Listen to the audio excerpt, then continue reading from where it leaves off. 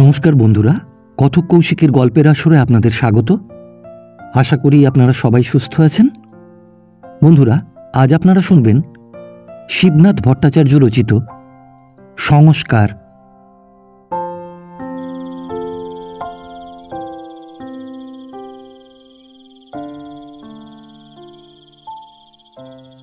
Mister N Chatterjee একেবারে আনকোরা ICS. এখনো বছর পার হয়নি তিনি স্বদেশে প্রত্যাবর্তন করে চাকরিতে বহাল হয়েছেন। সেটেলমেন্টের কার্যোপলক্ষে আজ প্রাতে সদর থেকে এখানে এসে মিস্টার চ্যাটার্জি স্থানীয় ডাকবাংলোয় সপরিবারে ক্যাম্প করেছেন। জায়গাটা একেবারে অজপাড়াগাঁ। এখানে তাকে 5-7 দিন থাকতে হবে বোধহয়। বাংলোর বারান্দায় বসে মিস্টার চ্যাটার্জি স্ত্রীর সঙ্গে বাক্যালাপে মগ্ন। কালো রাত্রি, দূরে নীলাকাশের নির্জন পটভূমিকায় দেবীপক্ষের চাঁদ মৃদু গতিতে হালকা মেঘে ভেসে বেড়াচ্ছে। রাত্রের ডিনারের পর দুজনে পাশাপাশি বসে খানিকক্ষণ গল্প করা তাদের নিত্যকারের অভ্যাস। কথায় কথায় মিসেস চ্যাটার্জি বললেন, এইসব মাঠ ঘাট বনবাদারি হলো বাংলাদেশের প্রাণ। মিস্টার চ্যাটার্জি তার মুখের পাইপটা থেকে ইঞ্জিনের মতো এক রাশ ধোঁয়া উড়িয়ে মুরব্বিয়ানা সুরে বললেন, হ্যাঁ, অন্তত চলন্ত ট্রেনে বসে তাই ভাবা উচিত। হেসে মিসেস চ্যাটার্জি বললেন, না, ঠাট্টা নয়।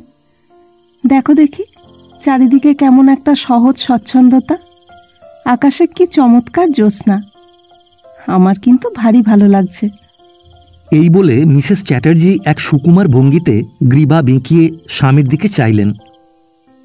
মিস্টার চ্যাটার্জি নিজের চেয়ারখানাকে স্ত্রীর আরও কাছে নিয়ে এসে তাঁর কাঁধের ওপর একখানি হাত রেখে বললেন, আমারও লাগছে মন্দ নয়, তবে তার চেয়েও কি ভালো লাগছে জানো রানী। মিসেস চ্যাটার্জির পুরো নাম ইলা রানী। তাঁর অপরাপর আত্মীয় স্বজন তাঁকে ইলা বলে ডাকেন। কেবল মিস্টার চ্যাটার্জি স্ত্রীকে আদর করে ডাকেন রানী। মিসেস চ্যাটার্জি যেন স্বামীর বক্তব্যের ভাবার্থ বুঝতে পেরে বললেন, তোমারও তো গতানুগতিক ভালো লাগা, ওর মধ্যে আর জানাজানির কি আছে? না, আজ বিশেষ ভালো লাগছে এই জ্যোৎস্নার আলোর জন্য। আজ তুমি কাছে বসে একটির পর একটি গান গাইবে, আর আমি মুখোমুখি হয়ে তা শুনব। এই বলে মিস্টার চ্যাটার্জি স্ত্রীর কাঁধের উপর হাত রাখলেন। মিসেস চ্যাটার্জি বললেন, কিন্তু তা যে হবার উপায় নেই। অর্গান না হলে আমি মোটেই গাইতে পারি না। তার চেয়ে চলো নদীর ধারে খানিকটা হাত ধরাধরি করে বেরিয়ে আসা যাক, কেমন? বিস্মিত সুরে মিস্টার চ্যাটার্জি বললেন, নদী? নদী কোথায়? ও তো একটা শুকনো খাল। মিসেস চ্যাটার্জি মাথা নেড়ে বললেন, আজ্ঞে না, খাল নয়, সরস্বতী নদী। ছেলেবেলায় দিদিমার মুখে গল্প শুনেছি, এই সরস্বতীর বুকের ওপর দিয়েই বেহুলা দেবী মরা স্বামী লক্ষিন্দরকে কোলে করে ভেসে বেরিয়েছিলেন। বেড়াবার জন্য উঠে দাঁড়িয়ে মিস্টার চ্যাটার্জি বললেন, বেশ বেশ, তুমি তো দেখছি এসব জানো, একেবারে মেম সাহেব নও। জানবো না? আমার বাবা সিভিলিয়ান বলে তামাশা করছো তো? কিন্তু জেনো, সিভিলিয়ানের মেয়ে হলেও ছেলেবেলায় বেশ কিছুদিন পাড়াগাঁয়ে বাস করবার সুযোগ ঘটেছিল। মা মারা যাবার পর বাবা আমায় কিছুদিন এইরকম একটা অজ পাড়াগাঁয়ে আমার মামার বাড়িতে রেখে এসেছিলেন। সেখানে রোজ দিদিমার কোলের কাছে শুয়ে আমি এই সমস্ত গল্প শুনতুম। এই বলে মিসেস চ্যাটার্জি একটু থেমে আবার বললেন, তাছাড়া বাংলাদেশের হিন্দু মেয়ে মাত্রেই এই সমস্ত পৌরাণিক কাহিনী কিছু না কিছু নিশ্চয়ই জানে। তবে যারা বেশি একটু অ্যারিস্টোক্রেট, তারা এইসব কাহিনী সত্যি বলে স্বীকার করতে ভয় পান। পাইপটা মুখ থেকে নামিয়ে মিস্টার চ্যাটার্জি জিজ্ঞাসা করলেন, ভয়? কিসের ভয়? কেন? তাদের আভিজাত্যের ভয়, পাছে সমসামাজিক লোকেরা তাদের কুসংস্কারাচ্ছন্ন মনে করেন। মিসেস চ্যাটার্জি একটু হাসলেন। স্বামীকে খোঁচা দেবার জন্য তিনি কথাটা বলেননি। এভাবে স্বামীকে তিনি কখনো খোঁচা দেন না। মিস্টার চ্যাটার্জির কথাটা ভালো লাগলো না। বললেন, কুসংস্কার নয় তো কি, ওসব বিশ্বাস করা কুসংস্কার নয়। এ কথার জবাব দিলে তর্ক বাঁধবে। মিসেস চ্যাটার্জি বললেন, বেড়াতে যাবে বললে না, চলো যাই। বিকালের দিকটায় বেশ এক পশলা বৃষ্টি হয়ে গিয়েছিল। নদী তীরে বনবাদারের ভেতর থেকে কেমন একটা সোঁদালি গন্ধ ভেসে আসছিল। চলতে চলতে স্ত্রীর বাহুতে মৃদু একটা নাড়া দিয়ে মিস্টার চ্যাটার্জি বললেন, চলো এবার ফেরা যাক। ঘুরে দাঁড়িয়ে মিসেস চ্যাটার্জি বললেন, চলো। তাঁর আরও একটু বেড়াবার ইচ্ছা হয়তো ছিল, কিন্তু সামান্য কারণে তিনি স্বামীর বিরুদ্ধবাদী হন না কখনো। এসেন্স সুবাসিত রুমালখানা নিয়ে মুখের কাছে নাড়াচাড়া করতে করতে মিস্টার চ্যাটার্জি বললেন, একটা গন্ধ পাচ্ছ? পাশের বনঝোপগুলির দিকে তাকিয়ে মিসেস চ্যাটার্জি বললেন, হ্যাঁ, পাচ্ছি। ছেলেবেলায় বর্ষাকালের দিনে ঠিক এমনিতরও একটা গন্ধ পেতুম আমাদের বাড়ির পেছনের বাঁশ বাগানটা থেকে। গন্ধটা ছেলেবেলার কথা মনে পড়িয়ে দিচ্ছে। মিস্টার চ্যাটার্জি স্ত্রীর নাকের অগ্রভাগ ধরে ঈষৎ নাড়া দিয়ে বললেন, তুমি বড্ড সেন্টিমেন্টাল। অবশ্য বাংলাদেশের মেয়েরা সাধারণত তাই হয়ে থাকে। হেসে মিসেস চ্যাটার্জি বললেন, তাই যদি হয় সেটা আমাদের চারিত্রিক বৈশিষ্ট্য বলতে হবে। মিস্টার চ্যাটার্জি মনস্তত্ত্বের বড় একটা খোঁজখবর রাখেন না। ভিজে মাটি অথবা বনবাদারের ভ্যাপসা গন্ধে কেমন করে যে মানুষের পেছনের জীবনের কতকগুলি অনাবশ্যক কাহিনী মনে আসে তা তিনি ভেবেই পান না। চলতে চলতে মিসেস চ্যাটার্জি বললেন, কলেজে পড়বার সময় এমনি জ্যোৎস্না রাতে কি করতুম জানো? হেসে মিস্টার চ্যাটার্জি বললেন, জানলার ধারে বসে আকাশের দিকে চেয়ে পদ্য লিখতে নিশ্চয়ই। মিসেস চ্যাটার্জি কোনো কথা না বলে মুখ টিপে শুধু একটুখানি হাসলেন। মিস্টার চ্যাটার্জি বললেন, আর আমি কি করতুম জানো? জ্যোৎস্নাই হোক আর অন্ধকারই হোক, সন্ধ্যে থেকে রাত 11টা পর্যন্ত ঘরের মধ্যে বসে শুধু জিওমেট্রিক থিওরেম আর প্রবলেম সলভ করে যেতুম। মিসেস চ্যাটার্জি অনর্থক ছেলে মানুষের মতো খিলখিল করে হেসে উঠলেন। পরদিন সকালবেলায় মিসেস চ্যাটার্জি ধোপাকে কাপড় দেবার সময় স্বামীর কোটের পকেট থেকে একখানা খামের চিঠি আবিষ্কার করলেন। খামের ওপর বাংলায় ঠিকানা লেখা, স্ট্যাম্পের ওপর তার শ্বশুরবাড়ির দেশের পোস্ট অফিসের নামমোহর করা ছাপটা বেশ স্পষ্ট বোঝা যাচ্ছে। পড়া চিঠি, খামটা খোলাই ছিল। মিসেস চ্যাটার্জি পাশ্চাত্য শিক্ষিতা হলেও বাংলাদেশের অন্যান্য সাধারণ মেয়েদেরই মতো শ্বশুরবাড়ির সম্বন্ধে বিশেষ কৌতূহলী। চিঠিখানা পড়ে দেখলেন, দেশ থেকে শ্বশুর মহাশয় তাঁর একমাত্র পুত্র মিস্টার চ্যাটার্জিকে লিখছেন, বাবা নরেন, অনেক দিন হলো তোমাদের কোনো খবর পাইনি। আশা করি শ্রী ভগবানের কৃপায় বধূমাতা ও তুমি ভালোই আছো। আমার শরীরটা মোটেই ভালো নয়, তার উপর আজ 2 মাস থেকে এই বাতের বেদনায় বড় কষ্ট পাচ্ছি। তোমাকে অনেক দিন দেখিনি। সেই বিলাত থেকে যেদিন আসো সেই দিন স্টেশনে অল্পক্ষণের জন্য তোমায় দেখবার সুযোগ ঘটেছিল। আমার ঘরের লক্ষ্মী বধূমাতা যে কেমন হয়েছে তা জানি না। তোমাদের বড় দেখতে ইচ্ছা করে। তোমার তো গাড়ি রয়েছে, বেড়াতে বেড়াতে বাড়ি এসো না একদিন। তোমার মাতা ঠাকুরানী আজ বেঁচে থাকলে তুমি কি এমনি করে না দেখা দিয়ে থাকতে পারতে? তোমাদের দুজনার নামে সংকল্প করে বাবা কালী মায়ের কাছে কাল পুজো দিয়েছি। আর এক কথা, তোমার বোধহয় মনে আছে, তোমার মাতা ঠাকুরানীর বরাবর ইচ্ছা ছিল কালী মাতার একটু মন্দির করে দেবার জন্য। ইচ্ছা আছে মরার আগে মন্দিরটা তৈরি করে দিয়ে যাব। ইট আমার ঘরেই আছে। ইট ছাড়া আরো 100 টাকা খরচ। তুমি পাঠাবে কিছু? আমার অবস্থা তো জানো, 20টি টাকা পেনশন যা ভরসা। বধূমাতা ও তুমি আমার আন্তরিক আশীর্বাদ জানবে। ইতি আশীর্বাদক তোমার পিতা। বলা আবশ্যক, মিস্টার চ্যাটার্জি স্কলারশিপের টাকায় বিলাত গিয়েছিলেন। সেই কারণে গরিব পিতার ওপর তার বিশেষ কোনো কর্তব্য নেই মনে করেন। পিতা সামান্য পেনশন পান, তাতেই কোনো রকম করে পরের বাড়ি খোরাকি দিয়ে খেয়ে তার দিন চলে যায়। মিসেস চ্যাটার্জি চিঠিখানা আর একবার পড়লেন। ঘরের লক্ষ্মী বধূমাতা, কই এমন কথা বলে কেউ তো তাঁকে সম্ভাষণ করে না। বিবাহের সময় মিস্টার চ্যাটার্জি পিতাকে আনাবার প্রয়োজন বোধ করেননি। সামান্য একখানা চিঠি লিখে নিজের বিবাহের কথা জানিয়ে পুত্রের কর্তব্য পালন করেছিলেন। মন্দির নির্মাণের জন্য মিস্টার চ্যাটার্জি পিতাকে টাকা পাঠাননি নিশ্চয়ই। পাঠালে তিনি অবশ্যই জানতে পারতেন।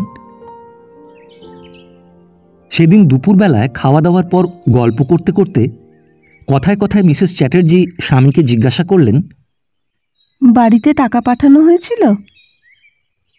মিস্টার চ্যাটার্জি চিঠিখানার কথা একেবারেই ভুলে গিয়েছিলেন। বিস্মিত কণ্ঠে বললেন, টাকা? কিসের টাকা? মন্দির তৈরির জন্য। ও হ্যাঁ হ্যাঁ। তারপর একটু থেমে আবার বললেন, আর তুমিও যেমন, ও অজ পাড়াগাঁয়ে মন্দির তৈরি করে কি হবে? তার চেয়ে বরং ওই টাকা কোনো হাসপাতালে বা স্কুলে দিলে একটা নাম থাকবে।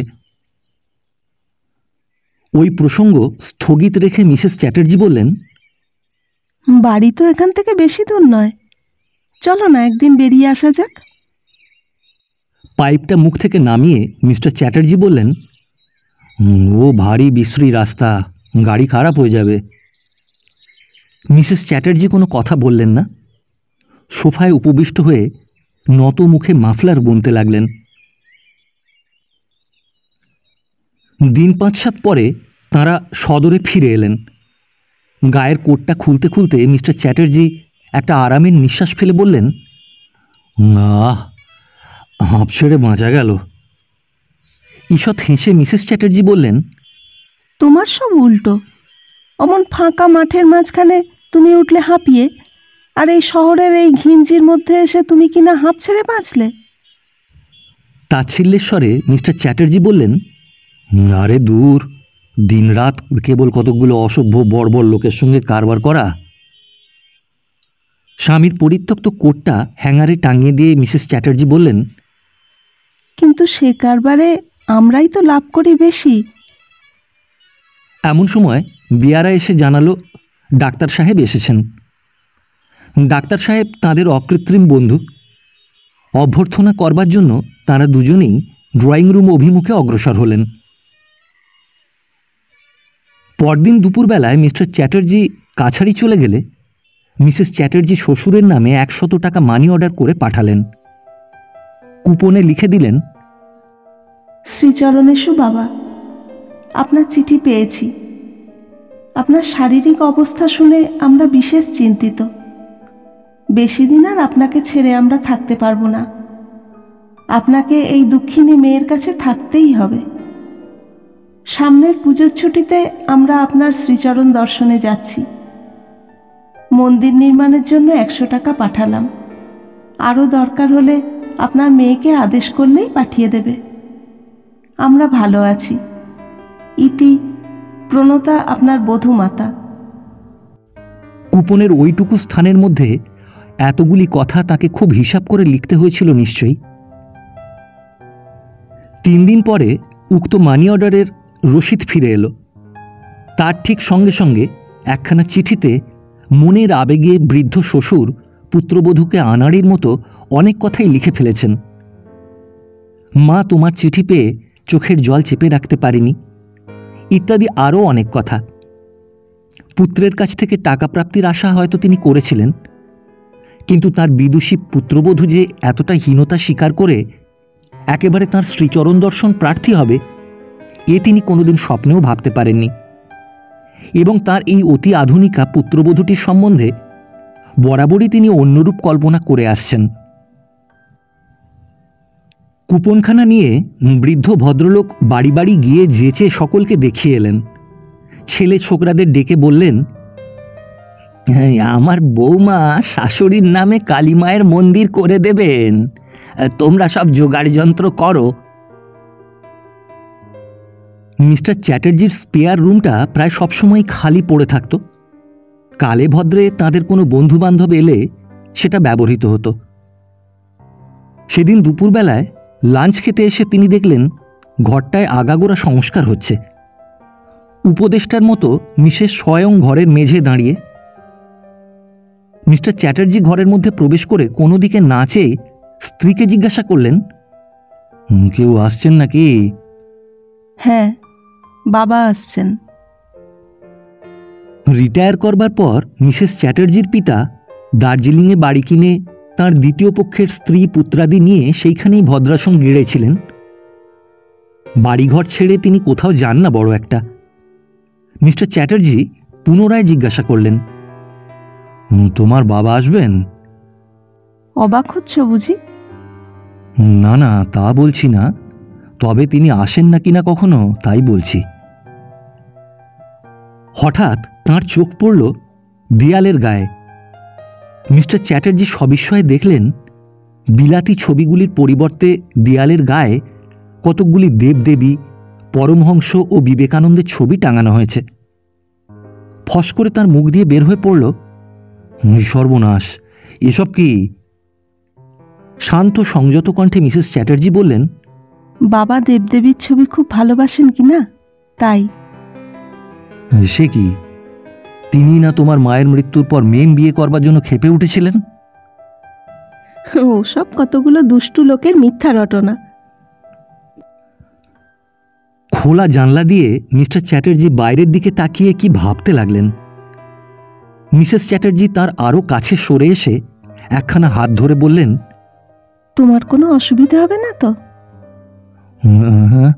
অসুবিধে? অসুবিধে হবে কেন? না না। ঠিক তো? হ্যাঁ, ঠিক। অতঃপর তারা দুজনে লাঞ্চ খাবার জন্য ডাইনিং রুম অভিমুখে চলে গেলেন। দিন কয়েক পরে একদিন দুপুরবেলায় মিসেস চ্যাটার্জি তাঁর পিয়ানোটির সামনে বসে একটি ইংরেজি সুর বাজাচ্ছিলেন। এমন সময় বেয়ারা এসে জানালো একটা লোক সাহেবের দর্শন প্রার্থী হয়ে বাইরে অপেক্ষা করছে। মুখ তুলে মিসেস চ্যাটার্জি বললেন, बोल दो साहब अभी नहीं है। वो तो बोला है हुजूर, फिर कोठी का अंदर में घुसने मांगता। बोल दो 4 बजने से आने को वास्ते। এই বলে তিনি পুনরায় পিয়ানোয় মনোসংযোগ করলেন। প্রায় ঘণ্টাখানেক ধরে পিয়ানোর চাবিগুলো নাড়াচাড়া করবার পর মিসেস চ্যাটার্জি একটু বিশ্রাম করতে গেলেন। বেলা তখন প্রায় 3টে। ঘুম থেকে উঠে তিনি অভ্যাস মতো বাইরের বারান্দায় এসে দাঁড়ালেন। এদিক ওদিক তাকাতে তাকাতে হঠাৎ তার নজরে পড়ল ওধারে গেটের সামনে অশ্বত্থ গাছটার ছায়ায় বসে কি একটা লোক তাদের কোয়ার্টারের দিকে নির্নিমেষ চেয়ে আছে। লোকটার বয়স বার্ধক্যের সীমায় পৌঁছেছে। চুলগুলি সব ধবধবে সাদা, গায়ে একটা চায়না কোট। লোকটার বয়সমলিন মুখখানার পানে চেয়ে অকারণে মিসেস চ্যাটার্জির মনে কেমন একটা অদ্ভুত মমত্ববোধের সৃষ্টি হলো। বেয়ারাকে ডেকে জিজ্ঞাসা করলেন দুপুরবেলায় সাহেবকে যে খুঁজতে এসেছিল সে এই লোকটি কিনা। লোকটার দিকে একবার তাকিয়ে বেয়ারা বলল, জি হ্যাঁ, দেখিয়ে আভি তক বৈঠা হ্যায়। মিসেস চ্যাটার্জি লোকটাকে ডেকে আনবার জন্য বেয়ারাকে আদেশ করলেন। লোকটির নিকটে এলে তার দিকে চেয়েই মিসেস চ্যাটার্জির কেমন করে যেন মনে হলো ইনি নিশ্চয়ই তাঁর শ্বশুর। মুখের আদল অনেকটা ঠিক তাঁর স্বামীর মতো। বিশেষ করে মিস্টার চ্যাটার্জির চোখ দুটির সঙ্গে এই লোকটির চোখের চমৎকার সাদৃশ্য রয়েছে। লোকটি তাকে জিজ্ঞাসা করলেন, এই বাড়িতে কি নরেন থাকে? মিসেস চ্যাটার্জির আর কোনো সন্দেহ রইল না। হ্যাঁ বলে একটুখানি হেসে লোকটির পায়ের ধুলো নিয়ে প্রণাম করলেন। থাক মাত। বৃদ্ধ অস্ফুট স্বরে কি একটা আশীর্বচন উচ্চারণ করে অবাক বিস্ময়ে মিসেস চ্যাটার্জির পানে চেয়ে রইলেন। সলজ্জভাবে মিসেস চ্যাটার্জি বললেন, ও, মেয়েকে বুঝি এখনো চিনতে পারছেন না বাবা? আড়ষ্ট কণ্ঠে বৃদ্ধ শুধালেন, কে মা? তো আপনি? আপনার মেয়ে বাবা। এতদিনে বুঝি মেয়েকে মনে পড়ল? হৃদয়াবেগ রোধ করতে না পেরে বৃদ্ধ খপ করে মিসেস চ্যাটার্জির একখানা হাত ধরে উচ্ছ্বসিত হয়ে বালকের মতো কেঁদে ফেললেন। মিসেস চ্যাটার্জির চোখও শুষ্ক রইল না। কোনো রকমে নিজেকে সামলে নিয়ে বললেন, কাঁদবেন না বাবা, আপনার মেয়ের যে অকল্যাণ হবে। ঠিক বলেছ মা, কাঁদব না। এই বলে বৃদ্ধ জামার হাতায় চোখ মুছলেন। মিসেস চ্যাটার্জি বললেন, খবর দেননি কেন বাবা? আপনার মেয়ের ঠিক স্টেশনে গিয়ে হাজির থাকতো। বৃদ্ধ বললেন, কি করে খবর দেব মা? তোমার চিঠি পেয়ে অবধি তোমাদের দেখবার জন্যে প্রাণটা বড় ছটপট করছিল। ওই কাল রাতে হঠাৎ একটা দুঃস্বপ্ন দেখে সকালবেলা ঘুম থেকে উঠেই দুর্গা বলে বেরিয়ে পড়লুম। স্টেশনে এসে দাঁড়াতেই দিলে ট্রেনখানা ছেড়ে। পরের ট্রেন আবার সেই 10টায়। এই বলে বৃদ্ধ একটা হাই তুললেন। মিসেস চ্যাটার্জি বললেন, আপনার নাওয়া খাওয়া হয়নি? প্রসন্ন হেসে বৃদ্ধ বললেন, গাড়ির কাপড়ে আমি তো কিছু খাই না মা। উঠে দাঁড়িয়ে মিসেস চ্যাটার্জি বললেন, আসুন বাবা, আপনার জন্য সব গুছিয়ে রেখেছি।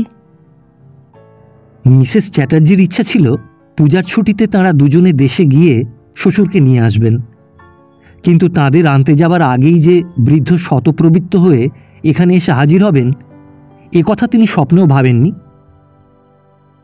যেরূপ পারিপার্শ্বিকতার মধ্যে তাঁরা বসবাস করেন তার পাশে এই সদাচারী ব্রাহ্মণকে খাপ খাওয়ানো হয়তো তাদের সমসামাজিক লোকের চোখে একটু দৃষ্টিকটু হবে, কিন্তু সমাজ অপেক্ষা এই স্নেহশীল বৃদ্ধটি কি তাঁর স্বামীর বেশি আপনার নয়? একটা মিথ্যে আভিজাত্যের দম্ভ দিয়ে তিনি কি তাঁর আশৈশব মধুর সম্পর্কটিকে অস্বীকার করে একটা পাতানো সম্বন্ধ সূত্রে গ্রন্থি গাঁথতে চান? পুত্রবধূর সঙ্গে বৃদ্ধ তার নির্দিষ্ট ঘরে গিয়ে ঘরটার চতুর্দিকে একবার দৃষ্টিপাত করে বললেন, বাহ, ছবিগুলি তো বেশ। বাজার থেকে ছানা ও ফল আনিয়ে মিসেস চ্যাটার্জি শ্বশুরকে জল খাওয়ালেন। তারপর ভাঁড়ার ঘরের জিনিসপত্রগুলি খাবার ঘরে সরিয়ে একটা বালতিতে উনুন পাততে বসলেন। এমন সময় গাড়ি বারান্দার নিচে মিস্টার চ্যাটার্জির মোটরের হর্ন বেজে উঠল। মিস্টার চ্যাটার্জি বাড়িতে প্রবেশ করে স্ত্রীকে ভাঁড়ার ঘরের পাশে বসে স্বহস্তে উনুন পাততে দেখে বিস্মিত হয়ে জিজ্ঞাসা করলেন, আরে ও কি হচ্ছে? মিসেস চ্যাটার্জি স্বামীকে হাত নেড়ে থামতে ইঙ্গিত করে বললেন, বাবা এসেছেন যে। স্ত্রীলোকের মন স্বভাবতই রহস্যপ্রবণ। মিস্টার চ্যাটার্জি স্ত্রীর এই উনুন পাতার রহস্য বুঝতে না পেরে জিজ্ঞাসা করলেন, তোমার বাবা এসেছেন তো উনুন পাতছ কেন? বাবা কি তোমার ওই বকাউল্লা খানসামার হাতের রান্না খাবেন নাকি? এই বলে মিসেস চ্যাটার্জি একটুখানি হেসে আবার বললেন, আমরা অনার্য হতে পারি, উনি তো আর অনার্য নন। স্ত্রীর ভাবভঙ্গি ভালো বুঝতে না পেরে একটা সিগারেট ধরিয়ে মিস্টার চ্যাটার্জি বললেন, অনার্য মানে? অনার্য মানে যে সমস্ত তথাকথিত আর্য সামাজিক আচার বিচার না মেনে বাহাদুরি দেখিয়ে বেড়ায়। ওদিককার দরজার দিকে নজর পড়ায় মিস্টার চ্যাটার্জি সবিস্ময়ে দেখলেন দুয়ারের পর্দা ধরে দাঁড়িয়ে তাঁর পিতা। বহুকাল পরে মিস্টার চ্যাটার্জির কণ্ঠ দিয়ে আপনা আপনি বের হয়ে পড়ল, বাবা। ছুটে এসে বৃদ্ধ পুত্রকে বুকের ওপর চেপে ধরে হাউ হাউ করে কেঁদে উঠলেন। বললেন, তোকে ছেড়ে কি করে যে আমি আছি বাবা। মিস্টার চ্যাটার্জি পিতার শীর্ণ বুকখানির ওপর মুখ রেখে নিঃশব্দে দাঁড়িয়ে রইলেন। সিগারেটটা তার হাত থেকে কখন মেজের উপর খসে পড়েছিল। পুজোর আর দিনাষ্টিক মাত্র বিলম্ব ছিল। পুত্র ও পুত্রবধূ এর মধ্যে কিছুতেই আর বৃদ্ধকে ছেড়ে দিলেন না। স্থির হল ষষ্ঠীর দিন তাঁরা সকলে মিলে একসঙ্গে যাত্রা করবেন। যাত্রার দিন মিসেস চ্যাটার্জির বেশভূষা পারিপাট্যে একটু বৈচিত্র্য দেখা গেল। স্নানের পর মাথার চুলগুলি দুভাগে বিভক্ত করে দুপাশ দিয়ে পিঠের উপর এলিয়ে দিয়েছেন। দুই ভ্রুর মাঝখানে ছোট্ট একটি সিঁদুরের টিপ। পরনে একখানি সুপবিত্র তসরের শাড়ি, শুভ্র দুখানি পাদুকাবিহীন চরণ প্রান্তে অলক্ত রেখা। সর্বাঙ্গে মহিমাময়ী লক্ষ্মী প্রতিমার মতো নারীর পবিত্র শ্রী। তাঁর দিকে চেয়ে বৃদ্ধ বললেন, মা আমার সাক্ষাৎ অন্নপূর্ণা। মিস্টার চ্যাটার্জি যখন পোশাক বদলে ড্রেসিং রুম থেকে বেরিয়ে এলেন, তখন তাকে দেখে মিসেস চ্যাটার্জি আশ্চর্য না হয়ে থাকতে পারলেন না। ট্রাউজারের পরিবর্তে পরনে একখানি 8 ইঞ্চি চওড়া কালো পেড়ে মিহি ধুতি, গায়ে ঢিলে হাতা আদ্যির পাঞ্জাবি, গলায় উড়ুনি জড়ানো। নিখুঁত বাঙালি ভদ্রলোক। রহস্য করে মিসেস চ্যাটার্জি বললেন, আজ যে বড় ধুতি পরেছ। দেশে যাচ্ছি যে। সেখানে গিয়ে কিন্তু শাক চচ্চড়ি ভাত খেতে হবে। ও আমার অভ্যেস আছে, আজন্ম ওই খেয়েই মানুষ। বলে হেসে মিস্টার চ্যাটার্জি মোটরে উঠে পিতার পাশে উপবেশন করলেন। বহুদিন পরে দেশমাতৃকার নিরুদ্দিষ্ট সন্তান শুষ্ক মাটিতে আবার ফিরে এলেন।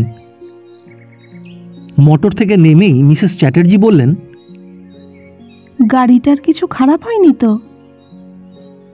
মুখ ফিরিয়ে সোফার উত্তর দিল, জি নেই, রাস্তা একদম ঠিক হ্যায়। মিস্টার চ্যাটার্জির পিতা ততক্ষণে বাড়ির ভেতরে চলে গেছেন। মুখ টিপে হেসে মিসেস চ্যাটার্জি স্বামীকে জিজ্ঞাসা করলেন, তুমি যে বলেছিলে রাস্তাটা নাকি ভারী বিশ্রী, গাড়ি খারাপ হয়ে যাবে। অন্যমনস্কভাবে মিস্টার চ্যাটার্জি উত্তর দিলেন, হ্যাঁ, তারপর হয়তো সংস্কার হয়েছে। কার, রাস্তার না তোমার? হয়তো দুয়েরই। কিন্তু সংস্কার করলে কারা? যাদের দরকার বেশি। মিসেস চ্যাটার্জি আরও কি জিজ্ঞাসা করতে যাচ্ছিলেন, এমন সময় বাড়ির ভেতর থেকে একটি মেয়ে, প্রায় মিসেস চ্যাটার্জিরই সমবয়সী, ছুটে এসে তার হাত ধরে বলল, হে এসো এসো বৌদি, কে আর বরণ করবে বলো, জ্যাঠাইমা তো আর নেই। এই বলে মেয়েটি হঠাৎ উলুধ্বনি করে উঠল। মেয়েটি মিস্টার চ্যাটার্জির দুঃসম্পর্কের খুড়তুতো বোন।